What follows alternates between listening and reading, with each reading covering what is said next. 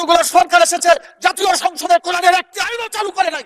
Speaker, সবচাইতে লজ্জা, সবচাইতে দুঃখজনক কথা হলো এটা। আমি চ্যালেঞ্জ দিলাম, জামাত ইসলামের কোন নেতা বলেছে আমার কাছে যে জান্নাতের টিকিট আছে বিক্রি করছি? মাননীয় প্রধানমন্ত্রীকে জবাব দিতে হবে, বাংলাদেশে কেন নামাজ চালু করা হলো না? চাঁদাবাজ কোন দলের সদস্য হতে পারে না, চাঁদাবাজ চাঁদাবাজি তাদেরকে আসল জায়গা। এখানে যা আলোচনা হচ্ছে সব দুনিয়া কেন থেকে আলোচনা হচ্ছে, আখিরাতে কি হবে এই চিন্তা কারো মনে নাই। আল্লাহ তাআলা সূরা আলে ইমরানের 185 নম্বর আয়াতে বলেছেন, ফামান যুহজিহা আনিন নার ওয়া উদখিলাল জান্নাত ফাকাদ ফাজ। যে ব্যক্তি জাহান্নামের আগুন থেকে বাঁচতে পারলো সেই সত্যিকার সফল হবে, এবং জান্নাতে প্রবেশ করতে পারলো সেই সত্যিকার সফল হতে পারবে। মাননীয় স্পিকার, সংসদ লবিতে ঢোকার সময় আল্লাহর প্রতি পূর্ণ আস্থা এবং ঈমান, এটা দেখার পরে মনে হয় যে আল্লাহর প্রতি যদি ঈমান থাকে তাহলে তো আমাদের আইনের উৎস আল কোরআন।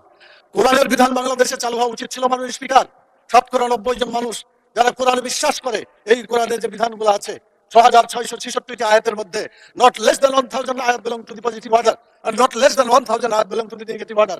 1000 আয়াত আছে যেগুলো হাবোধক আইন, 1000 আয়াত আছে যেগুলো নাবোধক নিষেধ। কোরআনের এই 1000 পজিটিভ এবং 1000 নেগেটিভ আয়াতগুলা বাংলাদেশে কায়েম করতে হবে, এটা আমাদের দাবি। মাননীয় স্পিকার, এরপরে যে কথা আমি বলতে চাই মাননীয় স্পিকার, সেটা হলো আল্লাহ তাআলা যাদেরকে নির্বাচিত করেছেন, হুকুমের ক্ষমতা দিয়েছেন, সূরা হজের 41 নম্বর আয়াত। মাননীয় প্রধানমন্ত্রী আছেন, তার দৃষ্টি আকর্ষণ করে সকলকেই বলতে চায়, আল্লাযিনা ইম্মাক্কানাহুম ফিল আরদি আকামুস সালাত ওয়া আতাউয যাকাত ওয়া আমারু বিল মারুফ ওয়া নাহাউ আনিল মুনকার। যারা রাষ্ট্র ক্ষমতা পাবে তারা দেশে নামাজ চালু করে মানুষের চরিত্র ভালো করে দেবে, এবং যাকাত চালু করে মানুষের ক্ষুধা দারিদ্র বেকারত্ব দেশ থেকে তারা বিতাড়িত করবে। ভালো কাজ করে মানুষকে শান্তিতে থাকতে দেবে, খারাপ কাজ বন্ধ করে অশান্তির আগুন থেকে মানুষকে রক্ষা করবে। কিন্তু দুর্ভাগ্য, আওয়ামী লীগ এসেছে 6 বার, বিএনপি 5 বার, জাতীয় পার্টি 2 বার, এতগুলো সরকার এসেছে জাতীয় সংসদে কোরআনের একটি আইনও চালু করে নাই। মাননীয় স্পিকার, সবচাইতে লজ্জা, সবচাইতে দুঃখজনক কথা হলো এটা। আমরা চাই আমরা দেশের কোরআনের আইন চালু করে মানুষকে মুক্তি দেবো।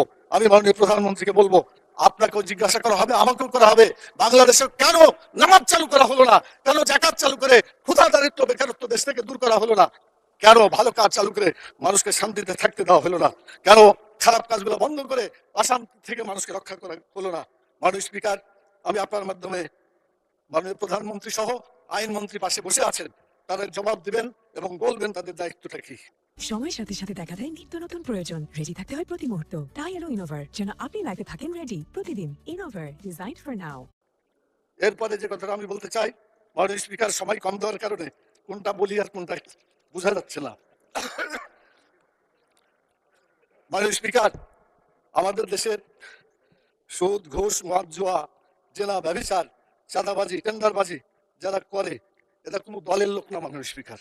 কিন্তু যখন বলা হয় যে এক দল চাঁদাবাজি করে পালাই গেছে, আর এক দল চাঁদাবাজি করার জন্য প্রস্তুতি নিচ্ছে, এটা বলার পরে কোনো দল যদি রিয়াকশন করে, তখন তো বোঝা যায় এই চাঁদাবাজদেরকে দলের সদস্য হিসেবে মানে গ্রহণ করা হচ্ছে। আজকে সিদ্ধান্ত হোক মাননীয় স্পিকার, চাঁদাবাজ কোনো দলের সদস্য হতে পারে না, চাঁদাবাজ চাঁদাবাজি, তাদেরকে ধরতে হবে, গ্রেপ্তার করতে হবে। এরপর যে কথা বলতে চাই সেটা হলো টিকিট বিক্রির একটা কথা বলা হয়েছে। মাননীয় স্পিকার, একটু প্লিজ, কোরআন মাজিদে একটি আয়াতকে কেন্দ্র করে এটা ভুল বোঝাবুঝি হচ্ছে।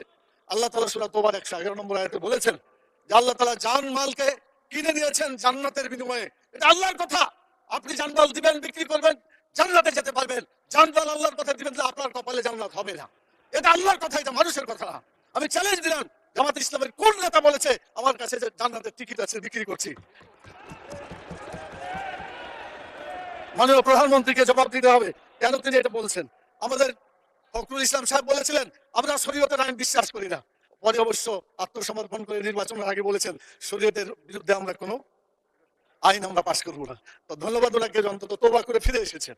আমরা আল্লাহর আইন চাই, আপনারা আল্লাহর আইনের বিরোধিতা করবেন না বলেছেন। অতএব আসুন বাংলাদেশে মানুষের আইনের কবর রচনা করে কোরআনের আইন প্রতিষ্ঠা করি। রব্বুল আলামিন।